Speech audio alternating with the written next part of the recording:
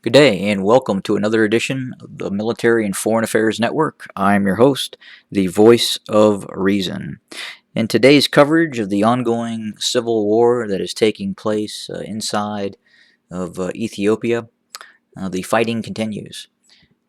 We continue to receive reports of rapid advances by the Tigrayan Defense Forces as they move in a westerly direction from Weldia, with ultimately a current target of Debre Tabor and the town of Nefas. And we are receiving reports that forward elements of the Tigrayan Defense Forces are on the outskirts of Debre Tabor. And again, this town sits on a elevated plateau that would offer significant uh, defensive opportunities, especially facing any possible advances that would be coming from the west towards the east, towards Debre Tabor.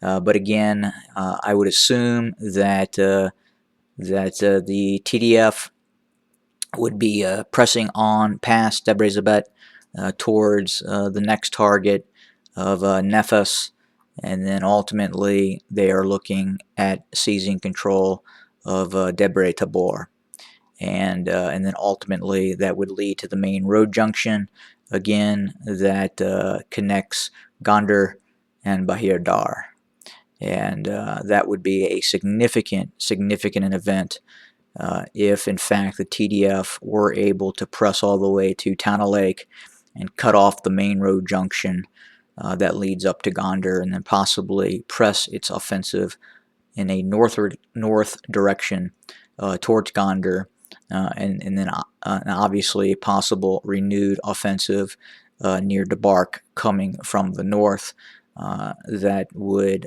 place Gondar facing two Tigrayan Defense Force armies, one on its south and then one to the north.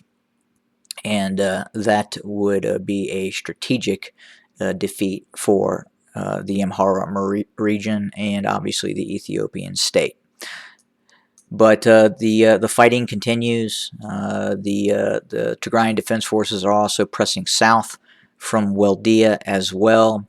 We're trying to obtain information in terms of how far the Tigrayan Defense Forces have actually advanced past Weldia in a southerly direction. We have heard reports that the TDF have actually advanced fairly significantly south, and that is towards Dese and then obviously Kombolcha as well. And we don't know the size and the strength of those TDF units that have pressed further south.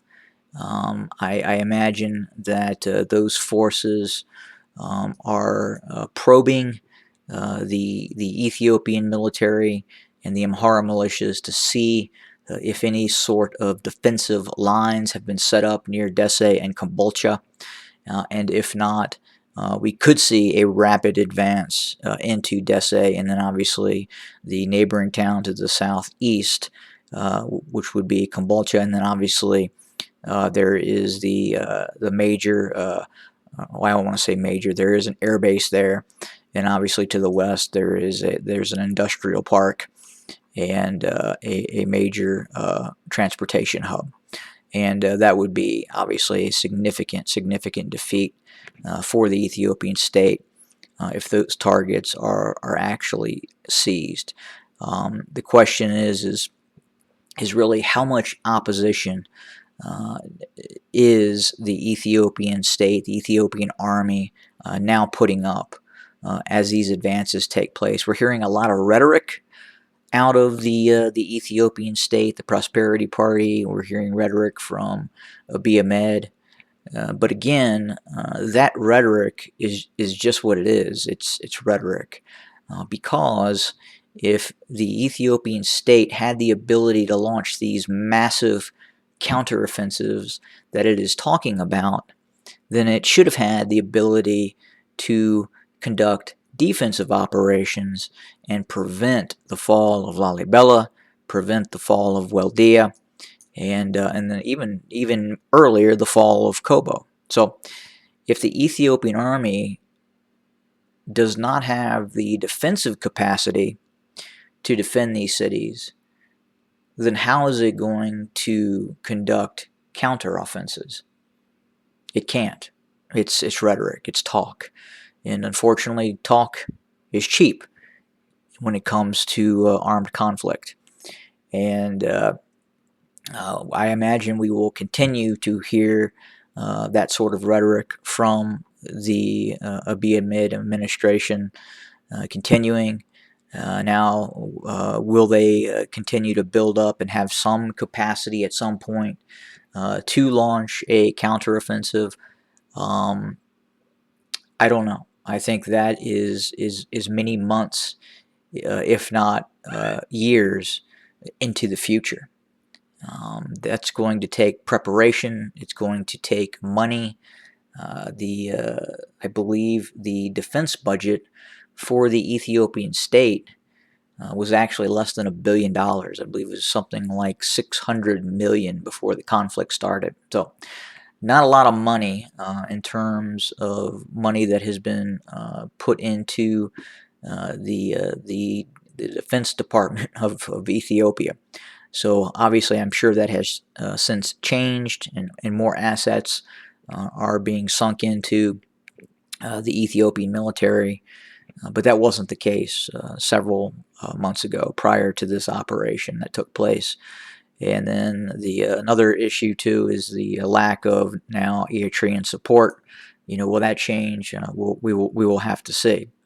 But they're just simply, I understand that again there is a lot of talk about these massive counteroffensives, these large recruitment drives that are going on. But if they had the ability to stop the TDF from crossing into the Amhara region and seizing these cities prior, they would have done it, but they were unable to do it.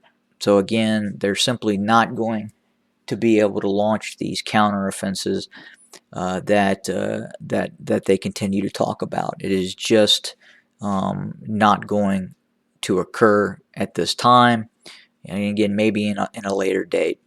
But we also want to look and continue to watch the situation near Debark.